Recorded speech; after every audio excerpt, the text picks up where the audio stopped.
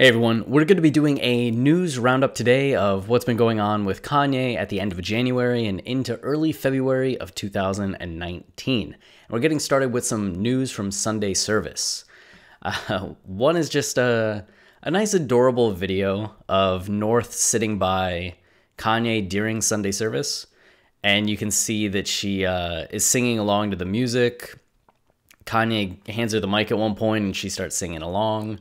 And she eventually takes the mic, as Northwest would and should, and starts singing. There's this article by Refinery29 that goes into everything we know about Kanye West and Kim Kardashian's Sunday services. It's a solid recap, but the title's a bit of an over-exaggeration. It's definitely not everything that's known about Sunday services. And one of the issues that goes on and just shows that this is maybe more of a superficial take on it. Well, you get the what is Sunday service? What's the purpose? What's the playlist been like? Like, that's a very thin playlist, right? Is this at all relevant to Kanye West's statement on documentaries? Yes, West said in an early Sunday service, they just got to pull up full documentaries on them, and then they got to come with the Michael documentary. We can all enjoy all their music all we want. I thought I wasn't going to go there today. If we're going to tear down artists, let's go ahead and take Leonardo da Vinci out the Louvre. The implication was that he was defending R. Kelly, which that wasn't the implication. Kanye had been spending, like, I don't know, a few minutes talking about 2018 and how people want the art from the artist, but they don't want the artist to then be a person that exists and does kind of the eccentric things that artists do, which is what happened to him in 2018. You know, everybody wants the music from him, but the moment he says anything, and maybe doesn't even say anything bad, but just doesn't say it right, everybody freaks out.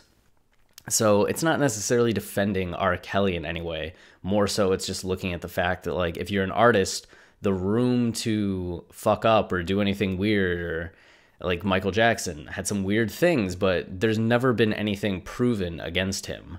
It's just been hearsay from other parties, some parties that may have had nefarious interests. Even the documentary that came out was really criticized for being heavily one-sided, heavily biased, and ignoring a lot of the details of the case. So yeah, Kanye never mentioned R. Kelly. Anyway, you all know this. You all know this. But that's why I'm bothered by an article like this. Like, it provides some information, like who has attended. David Letterman and Verdine White have been cited among others. Like, among others. Like, this is everything we know. This is just kind of a clickbait recap. How do I score an invite? Does this mean Timothy Chalamet may go to Sunday services? That's something we'll get into. And how is JoJo Siwa involved?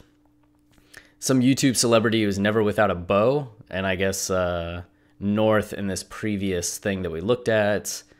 There was something about her with JoJo Siwa. Anyway, that's Sunday Services recap. We still don't know anything that much more about it. It's continued to go on every week. I don't think they've missed a week so far in 2019, so I'm still curious to see what happens. Does information come out of it at some point? Does it just kind of continue to be a cathartic thing for the family? How long is it lasting? I'm so curious. I'm so curious. This one, Azealia Banks, who I sometimes feel bad for and then other times don't feel bad for at all.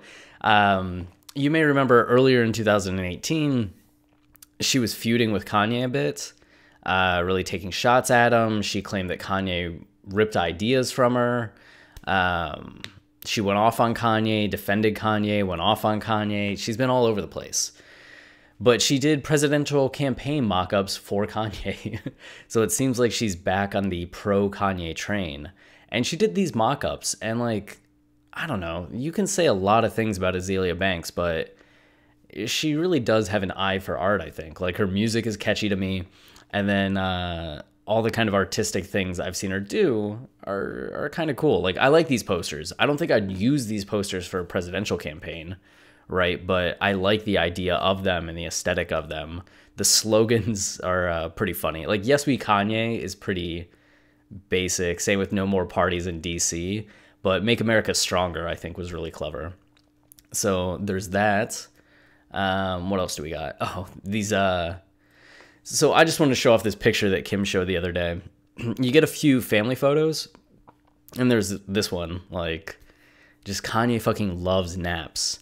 And I think it was Team Kanye Daily or someone actually put out a photo that was, it was probably Team Kanye Daily, put out a photo that was like 4 different pictures of Kanye sleeping, and all the times Kim is just taking pictures of him. Dude just loves to sleep, really does. So that was kind of funny. What else do we got? Oh, big news coming out of The Onion. Kanye West named new face of Yeezy, which is such a basic Onion article to write, but it still managed to get a laugh out of me. Suggesting that the partnership would elevate the brand to new levels of cultural prominence, Adidas CEO Kasper Rorsted announced Monday that rapper Kanye West had agreed to become the new face of Yeezy. We just feel Mr. West represents the values of this brand perfectly. Yeah, this kind of humor is right up my alley. Adding that the hip-hop mogul had impressed the entire management team with his deep and unflinching commitment to all things Yeezy. Honestly, we don't know why he didn't do this sooner, because it seems like such a natural fit. From posters to shoes, Kanye has really proven himself to be the ideal brand ambassador for everything Yeezy has to offer. Yeah. He even wrote us several lengthy letters expressing his enthusiasm for the company. We've also discussed the possibility of using some of Kanye's music in our commercials. This one's a little bit more dramatic. So most of you probably know that Designer from Panda fame and the last half of Father Stretch My Hands Part 2 and the end of Freestyle 4, and Timmy Turner. I don't know how many Timmys are in there, but a lot of Timmys, and then one Turner. But he called out Kanye in an Instagram rant. So in this video, he started saying, I brought good music back and everybody know that. So what you all thinking about I fell off? It only dropped 2 mixtapes, bro, 2. Y'all people mad ungrateful for the music I gave y'all. I don't know if anybody's ungrateful. People are just like, that's it. Like, we thought we just expected, we hoped for more. Like, that's not terrible of us, right? Like, that was 2016 that Kanye sampled those songs, and now it's like 2019, 3 years later, and like, you got some mixtapes? I don't know. I'm just saying that Kanye dropped, what? College Dropout in 2004, Late Registration in 2005, and then Graduation in 2007. Like, that 3-year stretch, Kanye gave us those 3 albums, and you've given us 2 mixtapes? He also made it clear that Yeezy has done very little for him professionally.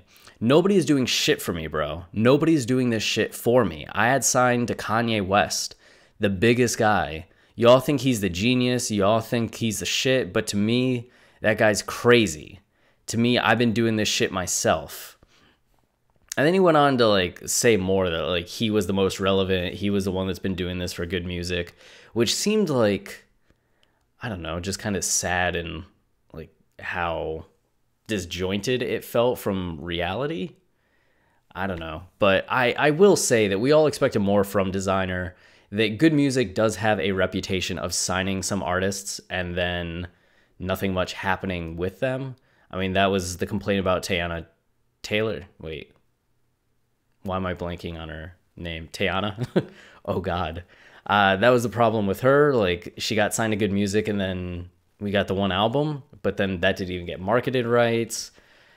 Designer signed, and what happened to Designer? Sci-Hi signed, what happened to Sci-Hi? Kid Cudi got frustrated with good music and got off the label. A couple other people, I think it was Consequence, also got frustrated with the label and got off of it. So, I mean, how many albums does Pusha T put out on good music? So I get where Designer could be coming from. I'm sure there's information that I don't know. I know there's information I don't know, but I'm curious to see what happens with other artists like Shake. Do we get a Shake album? Like, is more music put out in kind of the way that what the Wyoming projects were? I hope so. Maybe we get Cruel Winter finally. And maybe Designer's on it and gave us a bunch of sweet music. Yeah. So you can watch all that there. And then Designer did release a new song. And I was looking at the lyrics on Genius, and it looks like he might have a new album coming out, or maybe it's another mixtape, but he's got some kind of project going on. And for all you would-be rappers out there, one of the cool things about this project is that Designer actually only recorded one verse and left an open verse in this range for anybody that wanted to like submit one, and you could be part of the song, which that's smart. So if you want to do that, figure out how and send Designer your verse.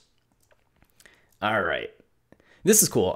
Drowned in Sound, a site that I don't think I'd ever heard of, has this Fangasm article by Jamie Lawler. And it's My Beautiful Dark Twisted Fantasy. And it's just this long essay about why Jamie loved My Beautiful Dark Twisted Fantasy and getting the album and analyzing it. And it's really insightful, has some cool points. I enjoyed it, so I'm sharing it.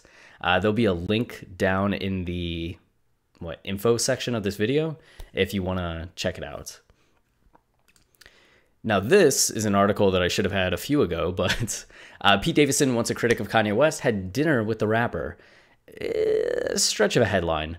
It was Cudi's birthday, and they were all out for Cudi's birthday. And Pete Davidson and Cudi became friends a few years back, after Pete said that Cudi's music helped him stop from committing suicide. You know, Cudi had gone through his own dark times, and given that Pete was on SNL and had a bit of a profile, it was easy for those two to then connect. I know many of us, Cudi's music has been very important, and I've heard from a lot of fans via our Twitter account, comments on here, how much Kid Cudi's music has meant to them. So it's cool that Pete was able to kind of live all of our fantasies and get to have that friendship with Cudi, and that this guy whose music saved you ended up being like such a good person that you could have this friendship with him. And then Timothée Chalamet, the actor who is in, oh God, Call Me By Your Name and Lady Bird. I liked Lady Bird way more than I expected, by the way. I never saw Call Me By Your Name, but Lady Bird was really good. He was there. So you got Pete, you got Cudi, you got Chalamet, and you have Kanye. Which is just kind of a funny group. But yeah, that was nice to see.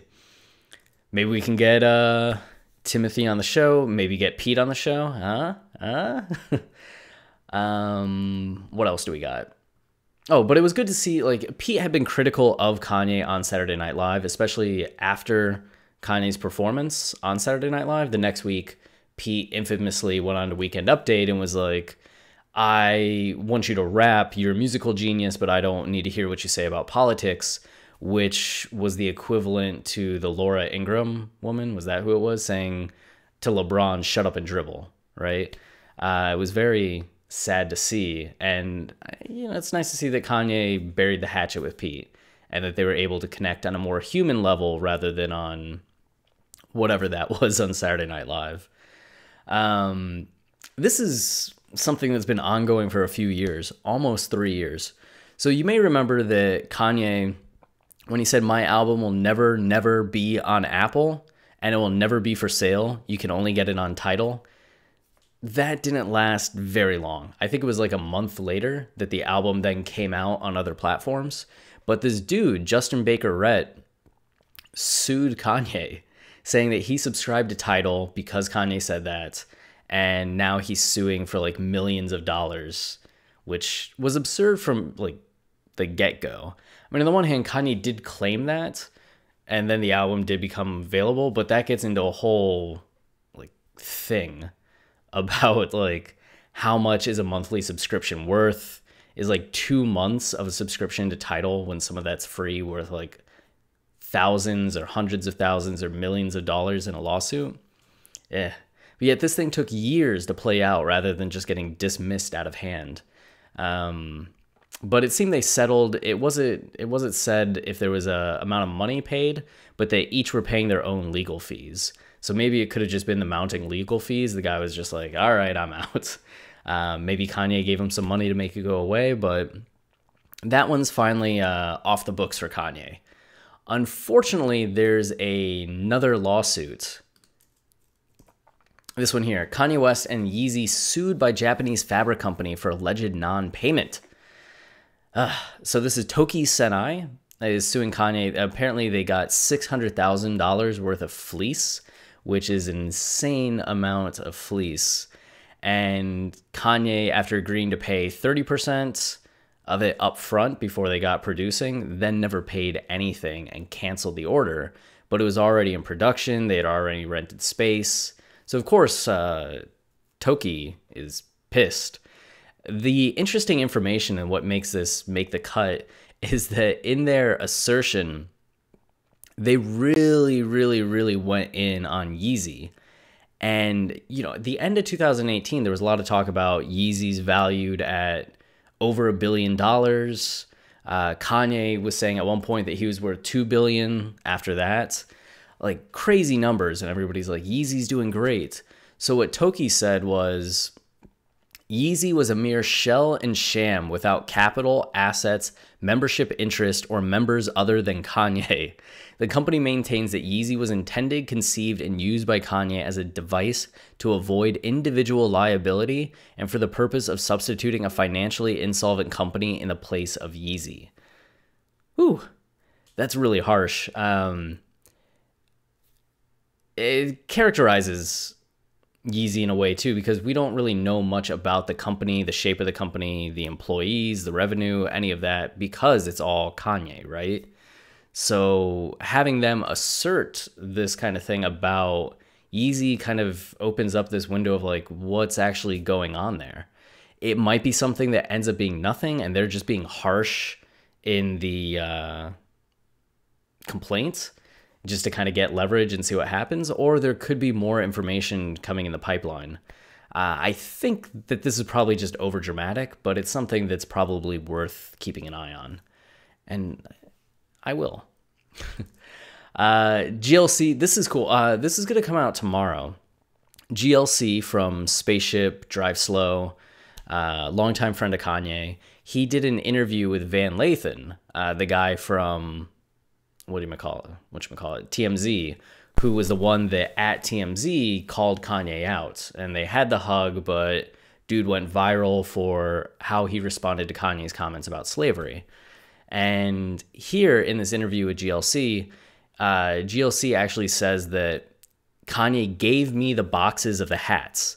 I'm never wearing these again, the rapper revealed. Or he said, I'm never wearing these again. We had a conversation and I explained it to him, you know, the hurt that was attached to it. And he said he'd never do it again. And that's a word that he gave me. This was only a 1-minute preview of the interview. It might be the only minute that they talk about Kanye, but the full interview comes out today, February 5th, 6th, 5th.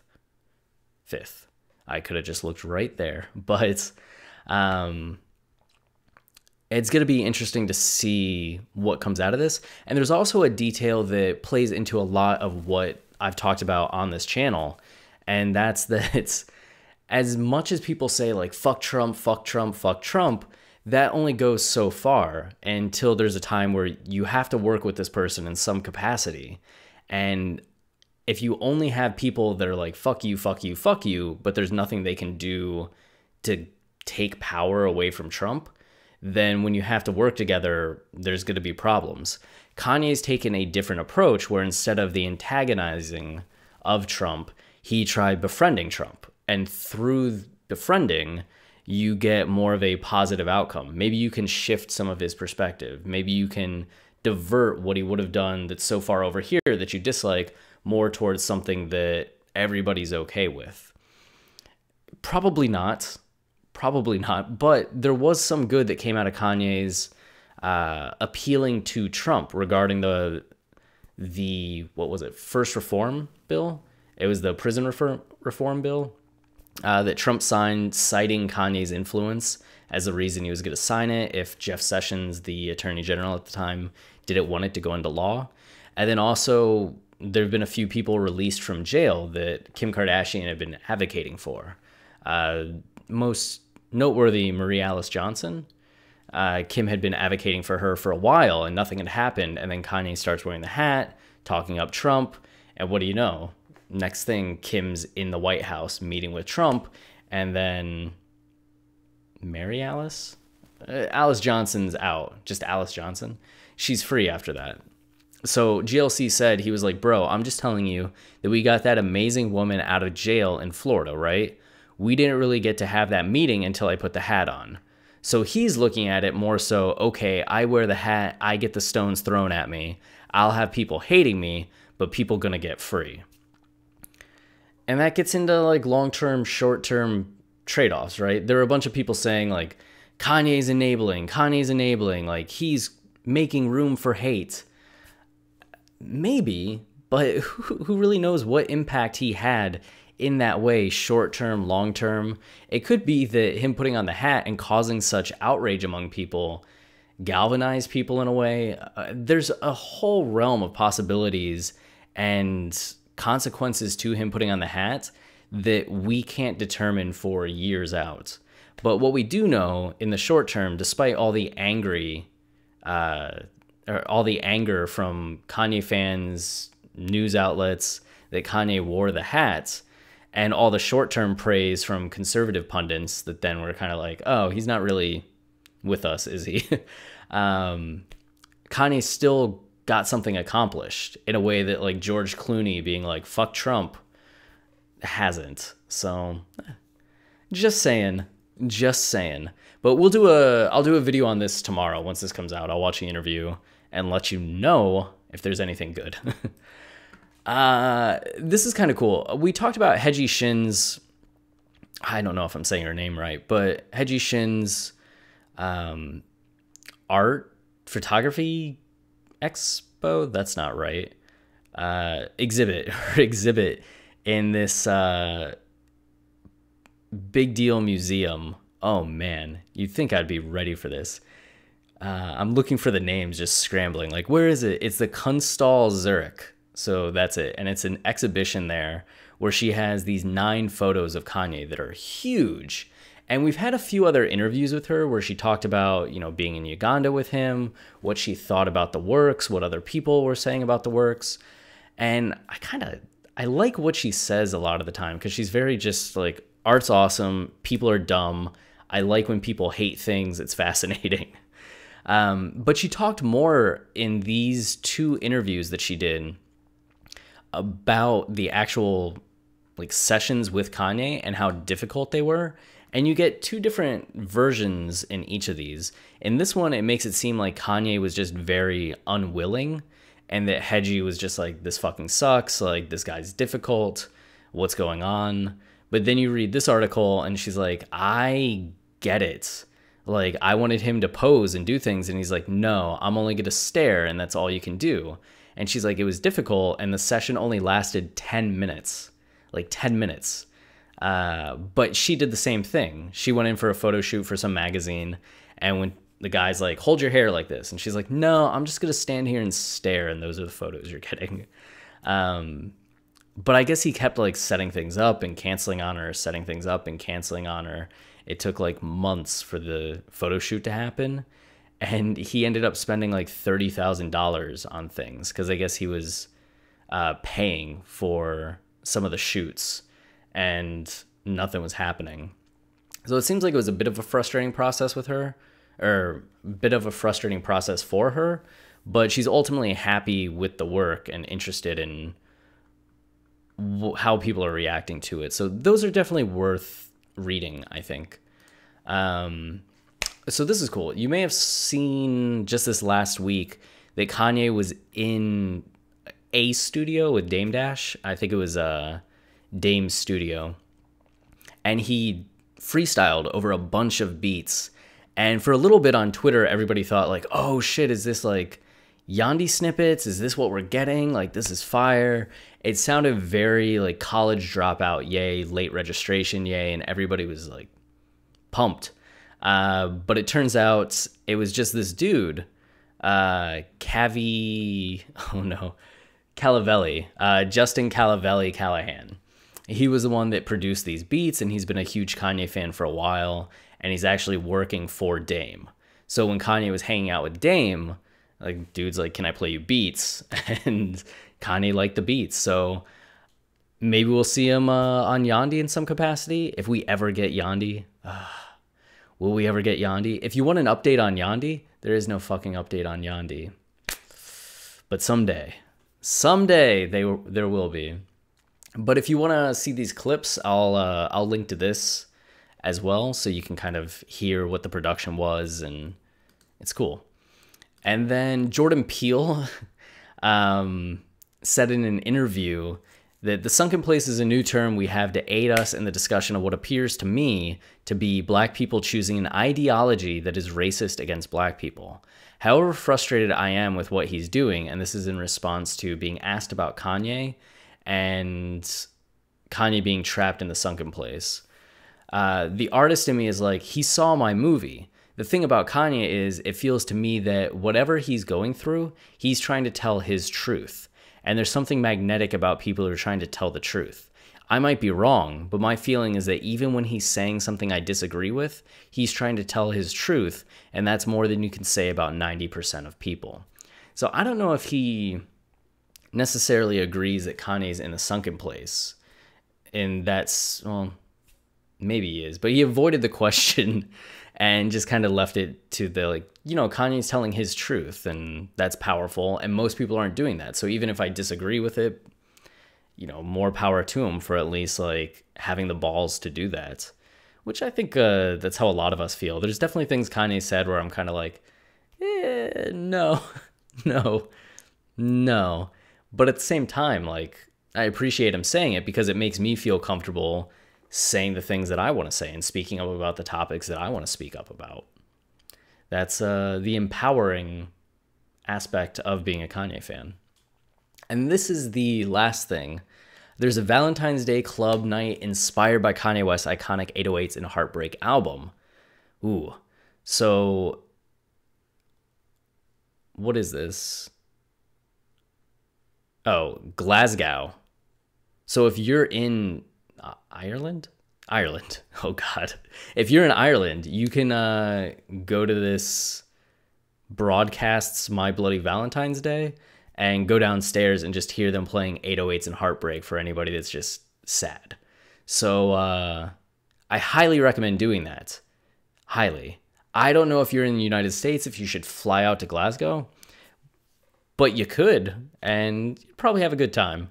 So don't listen to me saying to go, but if your heart wants to go, go. And if you go, you know, let me know how it is, and maybe we can have you do a correspondence field report. You know, share some video, interview people while you're there, ask them how it's going, what their favorite song is, all those things, and then we'll put the footage on the channel, and we'll be like, big breaking news, live from the scene. It'll be a lot of fun. And then one last thing. I think it's up at this point. No? Are we just not loading websites these days? Yeah, there we go. No, it's not up. We recorded our episode on Waves. Nope, that's not right. We recorded our episode on 30 hours. And that should have been out by now, but I guess it'll be out soon. So if you want to hear a entire lyrical and sonic breakdown of 30 hours, getting into how it fits onto the narrative of the life of Pablo, what's going on there, the meta aspects of the song and how it gets into postmodernism, how it fluctuates and why it fluctuates between past and present, and how that plays into the story of the album, you're going to get a lot of great information. You can find that on iTunes, Spotify, TuneIn, all the places that you listen to podcasts, Stitcher. And I guess that does it for this episode. If you want to support the channel, the simplest and easiest way is just to subscribe and like the video. That tells YouTube that people enjoy this, and then they show it to more people, they promote it more, and then, you know, that helps us. We're almost at 2,000 subscribers. Thank you all who have been subscribing, and then you who just continue to watch without subscribing. Thank you too, because all that helps. For the YouTube payment system, we get paid off of watch time, subscribers, likes, comments, all the kind of interactions. So anything that you're doing on the channel is helpful to us and much appreciated. I'll be back with another video soon. Until then, stay wavy and keep it loopy.